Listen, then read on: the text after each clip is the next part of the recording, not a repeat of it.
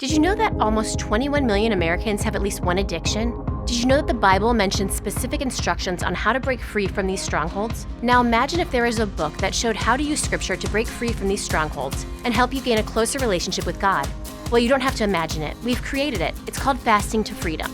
In the book Fasting to Freedom by Chantel Ray, you will learn the power of fasting and how it can help you experience victory over nagging areas of sin in your life. The Bible doesn't say if you fast, it says when you fast. And in this book, you will learn the basics of fasting and what scriptures to meditate on when fasting. Chantel and thousands like her struggled with food addiction. And in this book, she describes how she used fasting to break free and draw closer to God. Purchase your copy of Fasting to Freedom and join our launch team. You'll receive a free copy of the audiobook and ebook and a preview from Chantel's upcoming Bible study, Freedom from Food.